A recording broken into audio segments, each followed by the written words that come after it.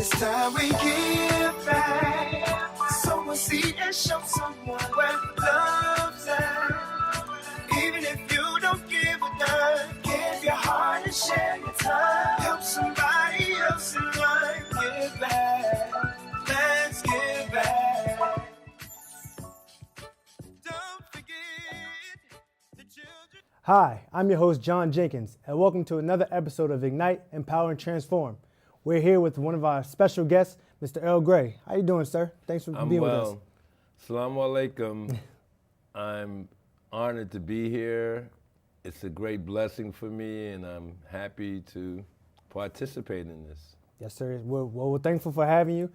So let's jump right into it, because I know Sure. our guests are very ready to meet you and just find out a little bit more about yourself. So I did some research. So you're a basketball coach in your community. So how did you get into basketball, and just how did that whole thing trickle down? Well, it started, all the way from my preteen years and just playing in the neighborhood. At the time and coming up, the heroin epidemic was big in our communities. It was destroying all of our young adults. They were being poisoned, and I was watching friends die from overdoses. And for me, I loved the game, and I was intelligent, and I'm grateful that I listened to the calling of the ball, and I stayed on the court while a lot of my friends were out getting high. So, it took me, to places I never imagined. I dropped out of school in 9th grade because I had to live, I had to eat, parental involvement was not really there. So I had to figure out things for myself, and playing ball allowed me to do it. It was something that I loved. And I had a counselor put me back in school, where I went to Taft High School, and I never looked back. Right. You know what I mean? So for me, in giving back is so key, because there are a lot of young black male and black females that are out there that don't have the guidance, that can't play on the AAU level, that are struggling in their family lives, that face poverty, that face all the things that still permeate and destroy our communities. Right. And that was a positive outlet, without committing the crime, without having to go to jail, without have to succumb to all of those things. So for me, it's well worth it. Right. Yes, That's sir. how I got involved. So with basketball being that outlet for you, was there a philosophy that a coach instilled in you that you use to this day? No, I mean, my high school coach, who was like my dad, may God rest his soul, Mr. Don Adams at Taft High School, he instilled in me the hard work. And only until I went to college, when I went to Lincoln, did I find out that he was an alpha too. I'm a humble member of Alpha Phi Alpha fraternity. For me, coming from New York, where drugs and all the dark things that people face, on a historically black college and university, Lincoln University, which is always dear to me, got to see a positive young black males doing something positive. And for me, I'm a bookworm, so that just tapped my resource to be a part of that. And I also played ball while I was in school, while also being a young parent. Okay. While in college. So what are some of the, I guess, the skills and just your whole basketball perspective? I mean, you went to school on a scholarship to Lincoln, right? Now I got a scholarship to a Midwestern State University. Okay. In high school, we won 2 city state back-to-back championships. Okay. I never imagined going to college. That was the last thing in my mind. My thing was just staying out of trouble. But I guess by me just staying on the court and all my quiet time, spending time playing ball and, making myself to be the best, that it just took me there. So I got a scholarship to Midwestern. I didn't later transfer after I got word that my dad passed. I wanted to come home somewhat closer to my family, to be whatever, to be there in that sense, to be there to help, to guide. And then my high school sweetheart was here in New York. And may God rest her soul. She's now since passed. But, it's been a journey. It's been a journey. So what do you think you learned being at a HBCU? Because a lot of young African American males and myself, like we try and just figure out, we're trying to find ourselves, learn what we want to do, find our niche. And I also went to HBCU. I went to Delaware State University. So what do you feel are the benefits of going to HBCU, and how did that help mold you to the man you are today? I mean, HBCUs, is so beneficial for young black males and black females, people of color, because of high levels of racism, because of always having to be better than everybody else just to get a simple grade. That's what I experienced at Midwestern State University, which is a predominantly white school in Wichita Falls, Texas. Right. I had my coach, who was supposed to be a doctor in psychology, tell me that I heard that niggers can take pain and hurt on a full stomach. So he took me out to Denny's with my roomie to tell me that my father died. So right then and there, I immediately transferred after that, because there's the biggest lie, the biggest fallacy. And what Lincoln had to offer me, it offered a family environment. Right. It offered a strong community environment. It's an environment that was filled with my own people striving in a positive light. Everybody's going to school, everybody's doing the right things. We would compete on who would get the A, who would do the right things, and what was good about it is that Lincoln doesn't have a super duper budget. Right. We don't have all the amenities as a lot of these predominantly white schools have, We're forgotten. Mm-hmm. But that's where, for me, I learned to grow and to shine, to become into my own. As a man, as a father, as a warrior, as someone who's to give back, and understanding the tenets that were placed before me. After watching Martin get killed, after watching Malcolm get killed, and it's one of the main reasons why I embraced Islam, because the whole line with Christianity, and looking at a white man thinking that he's going to give me a blessing, which never really exists. Right. So for me, spiritually, that's where it led me. Right. But from an HBCU perspective, I advise everybody to go there. My youngest son is at a HBCU now, at Bowie State. At Bowie, okay. So, it's what it's all about. My youngest daughter went to Lincoln, so, it's what it's all about. And it gives you the tools to survive, to move away from the lies. Right. To understand that you have to honor who you are. It's more than color, even though others may not look at it, and others may judge you because of your color. Right, right. And how many times are we misjudged and held back and not given the opportunities? So that's what Lincoln did for me. Oh. It allowed me to persevere through all of that. Now, I see the hard work and just the way you articulate yourself and just the way you carry yourself. So how you say you coach. So what is something that you instill in your players, and how do you have them work hard on the basketball court and at the same time work hard in studying, or taking care of their chores or things like that? Well, the name of my program is The Believers. Okay. And it's something that I created from being a parent, being a dad. Right. My oldest son, who played professional overseas, played for St. John's, played for Rice High School. Oh, wow. Watching him grow and seeing his love for the game, being able to step in it, because a lot of the coaches were full of crap. Meaning that they would utilize the student and forget about who he was academically. Right. And that's one of the main focal points of my program, is academics. And when I say that to say that, I don't own you, you don't belong to me, I'm not an AAU program. Right. I do this out of my heart, I do it on a volunteer basis, I do it to give back. And as my program grew through my sons and his friends, that I wound up creating a team to put them in tournaments. Okay. But as they got older, I still had Right. the kids that still wanted to play.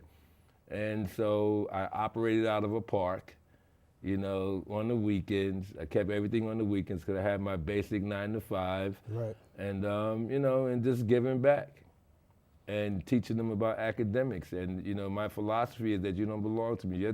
My goal is to get you to play for your school.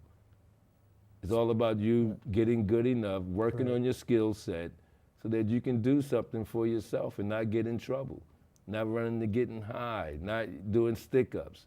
You know, understanding if you want to do this, it takes a lot of hard work. And just as with life, when life takes it to you, just as with ball, you take it right back. Right, exactly. You dunk on me, I'm going to dunk on you. You know, and in the sense that you're always achieving for greatness. You don't accept mediocrity. Understand that there's going to be difficult times. Understand that there's going to be bumps in the road. Exactly. So I work on preparing my players for that. That, you know, basketball is more than ball. It's about life. And at the end of the day, you're going to become an adult. And how you handle yourself as an adult.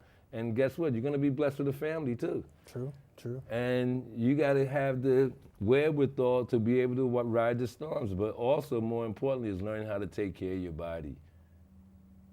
Learning how to take care of yourself. Yes, sir. And then providing a healthy outlet.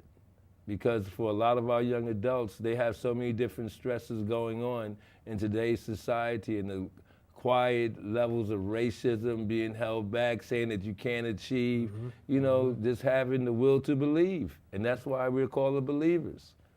We are fortunate to be able to work out forest houses, you know, with the great staff there, Clyde Thompson, other folks there that always open their doors up to us to allow us to have that as our training point.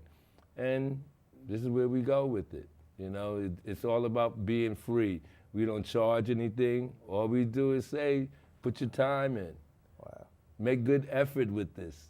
Take it and utilize it. You know? Right. Your thing is to go play in school, not here. This is your training center. This is where I train you. Right. So what do you feel is your biggest success story, or what have you enjoyed the most from your time coaching and just, you know, having time to work with these younger African-American males as far as basketball?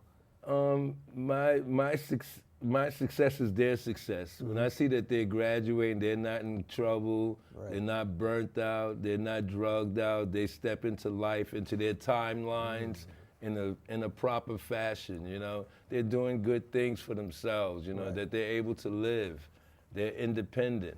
They're in school, you know, they're in college, you know, they come back, I see their children, you know what I mean? Right. And so that's the blessings. You know, it's, you know, success story is their survival.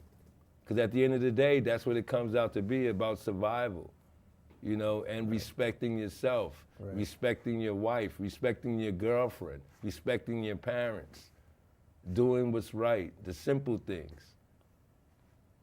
That's always a great thing, especially like when you have those role models. I know a lot of, you know, even though it's a stereotype, a lot of African-American males don't have that father figure, that role model. So for you to step in and be that person to help groom them is something huge. And it comes with a lot of energy too, and you know, teaching them to sort out the negativity when no one would even want to look at them as far as being a basketball player, or giving them a chance to say, oh, you're nothing, because why they didn't come up under that so-called AAU realm, or travel here, travel there. We don't go nowhere. We stay right in the South Bronx, and we work on who we are. You know, it's about building the whole person. You know, my thing is you being a ball player, but you have to learn how to read and write. Okay, you have to learn about time management. You know, you have to learn to watch your language when you're in public. You know, all of those things that you do. You walking around with your pants down. No. You using the N-word. No. They all know we don't do nigga here. Right. And I'm not talking about the N-I-G-G-A as y'all want to so-called justify it. We talking about the N-I-G-G-E-R, and we don't live like that. Do you understand your history? Do you understand where you're coming from? So it's more about, you know, spending that positive time and giving them that positive energy. Right. So because I mean, so I'm a hooper too. So I just, you know, let's have a little fun with it. Who is someone you emulated your game after, like growing up? I don't know. I emulated my game. I don't know, because I had Tiny Archibald. I had JoJo White, may God rest his soul, who just passed away. You know, Earl Monroe, my name is Earl, so you know, it's ward number 10. And one of my favorite moves is spinning off on you, then hitting you with a crossover, then laying you, you know, that kind of stuff. The fillet, okay. You know what I mean? Right. So, I mean, all right, so I know I really enjoy like speaking to you as far as like basketball wise. So the Believers, so are there like multiple areas that you guys try and touch down in South Bronx, or just the main area? No, just one main area, because it's just me. Okay. You know what I mean? I have about 40 kids, 50 kids, and it's just me. So, you know, I'm not trying to spread myself too thin, because it takes a lot. And, you know, and a lot of times, you know, you have to look at yourself as a filter. And if you spread yourself too thin, you can't take all of that negative energy to filter it out to become positive. So, you know, I keep myself right there, because I have to be gentle with myself. I have to monitor and check myself so I can give them positive energy and not negative energy. Right. We're going to take a brief break and to listen to some public service announcements. We'll be right back. What if you could invest in the future? The future of kids, like a stock. Not the kind of stock that's about making money, but a stock for social change. A whole new kind of investment called Better Futures. When you invest, it helps kids go to college. Believe in us, invest in us, watch us grow. My name is Sydney, and I'm your dividend.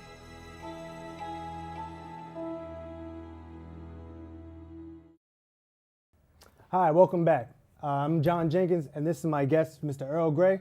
So we were talking a little bit earlier about your childhood and how things were in the Bronx. Can you elaborate more on that and how things were for you growing up? Well, in growing up, racism was so permeated. In the South Bronx, in the Fordham Road area, you know, we lived over there by 180th Street. We went to school in the Fordham Road area. My older siblings, who were in junior high school while I was in middle school, but then went to high school where they faced even more racism. For me, in facing it in junior high school, where just to go to the boys club, we would have to run there and run home, because we had groups of whites called the Arthur Avenue Boys. The people that lived in Arthur Avenue that would chase us home with baseball bats, or even if we were walking in the area, it was like, you can't walk through here, nigger. To the point that, you know, it helped me because I got fast. Right. You know, me and my older brother, we would, you know, go home after we spend time at the boys club, and he'd tell me, he says, "You ready?" And we would just make a mad dash. And so we would have to run all the way from 189th Street to 180th Street until we got into our area. And that way we could start walking. But that's how it was. To the point that, you know, it went all the way through, you know, the time of the 60s. As I shared earlier, I dropped out of school in the 9th grade, but I had a little job. I had a job at the boys club. And never forget it, in closing up the boys club, you know, in the evening, one of my friends and I, we were going to a little party, and had a white man come pull up and put a rifle to my head and says, "Nigga, what you doing in my area?"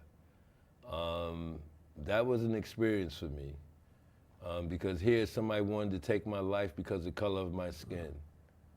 You know, and to have to experience that, you know, and I had to really look at myself, because I had to tell myself, you know, should I always hate all white people? Because that's the kind of mark that it left, you know, not to trust and do anything wrong. I could see if I was hanging out, I could see if I was creating negativity. All I was simply doing was closing up where I worked, you know? And here you going to put a rifle to my head because I'm humbly minding my business? And it could have been anybody. And it could have had a worse outcome. I might not even be here right now speaking to you. Right. Fortunately, the club director at the time, Mr. Joe Rivera, was able to get the guy's license plate. He was prosecuted. He was dealt with for a biased crime, and all the way back then in the 60s, we were going dealing with biased crimes. If there was someone else that would file a complaint. So say if I would have went to the cop and said, this guy put a rifle to my head, oh, get out of here. Exactly. You know, just the levels of disrespect because of the color of my skin. So, you know, I had to learn how to navigate in this cruel society, in this society full of hate. Hating me because this is how God has made me. And why? So during those times, that's what it was all about. Besides the genocide that was going on in our communities with the heroin being brought into our communities to kill our young adults, selling it for dirt cheap prices, $2, and that $2 bag of dope would kill you.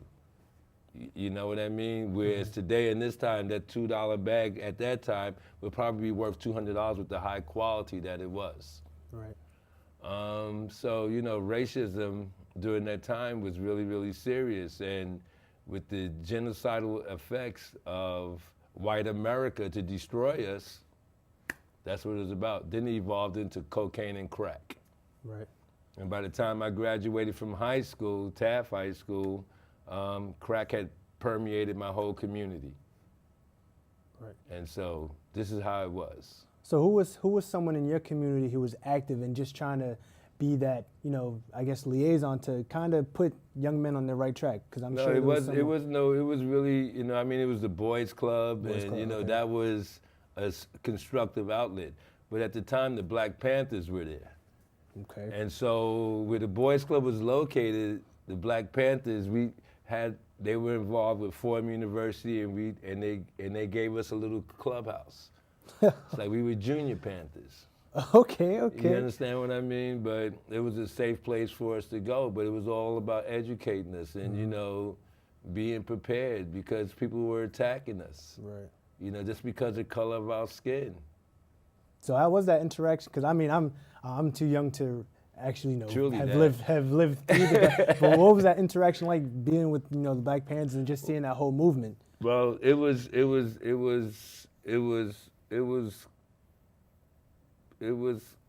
welcomed because here you had someone that wasn't afraid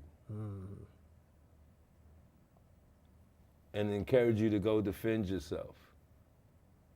You know, and just the high levels of abuse that white America brought upon us. This as well as with the Nation of Islam.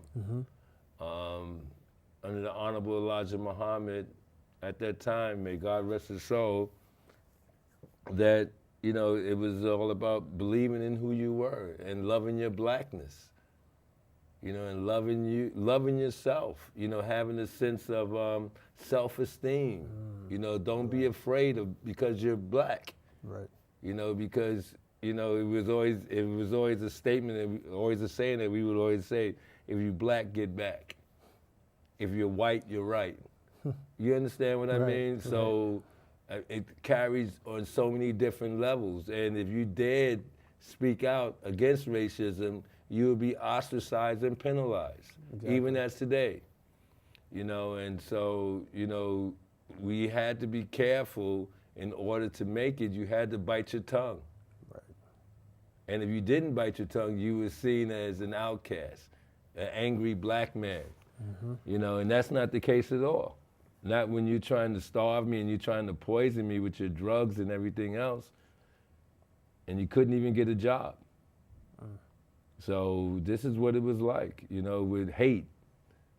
And now they're trying to change the hate, and you know, and it's so sad because, you know, slavery and immigration are two different things altogether. So don't compare me with that. Right. And so, you know, you're always trying to change the language to get me to drop my guard. At the end of the day, even those that come over here, you're still looking at me with hate in your heart because of all the propaganda that's been put out. And I haven't done nothing to you. Exactly. And yet you can't even speak English. Right. So, you know, I have to watch my words because now you try to tell me that I'm being a racist. No, I'm just telling you about the hate that I see.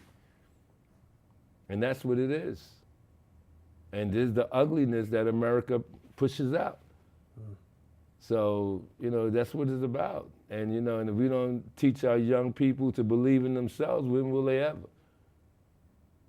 Right. So basketball was basically your way out. My vehicle. Yeah. So did I guess the way you were like raised, as far as with the racism and everything that was going on, as far as that, did that fuel your drive and your focus for basketball? Of course. This is why I give out. This is why I give back, because I was raised under that premise that you give back to your community. Exactly. If you're fortunate enough to make it out, and I don't even use the word luck because I don't believe in luck. If you're fortunate to make it out, do you give back? And there's so many people that have made it out that don't give back. That don't give back without a price tag. Everybody has a price tag. And that's where I choose to change my step, change my walk, because there's no price tag. This is all gifts from God. So for me, it's truly spiritual, and it's what it's all about, the uplift of my people. That's what Martin talked about. That's what Malcolm talked about. That's what Medgar Evers talked about. The Kwame Nkrumah talked about. I mean, we can go on and on and on and on and on. Right. But at the end of the day, what hard work are you doing to make this happen in your community? How many people are really out there? Everybody's looking to get paid. So, I mean, if you could just look to the camera, what is the one message that you have for, the young people like me coming up, and just, those people who made it out their communities and are doing things, like what is the thing that you have to say to them to just, give back, or, come back and not have a price tag? You want to see your community thrive. You want to see people who were in your situation do well. Like, what is your message for them? My message is don't put a price on giving back. Don't go back to your communities and rape them.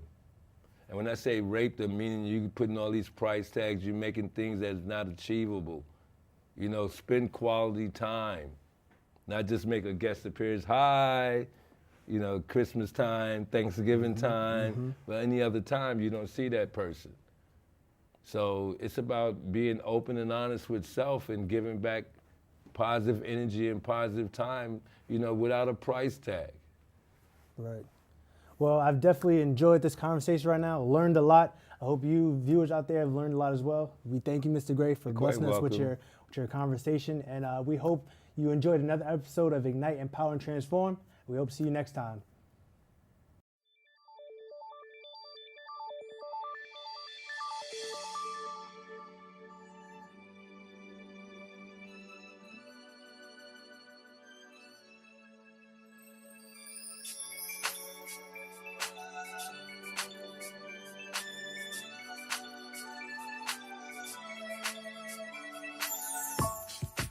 I see all your smiles and all the tears showing down on your faces. But I know all the while it's gonna be okay, yes it is. Just open up your eyes, open up your eyes. The sun is soon. Hi, I'm your host, Larry V. Stark Jr. I'm your host, Rachel Cheeks Gavan. I'm your host, Hosea James Gavan II. I'm your host, Rebecca Gavan. Hi, my name is John Jenkins. Tune in to Ignite, Empower, Transform every Tuesday night at 8 p.m. on BronxNet. Give back, let's give back.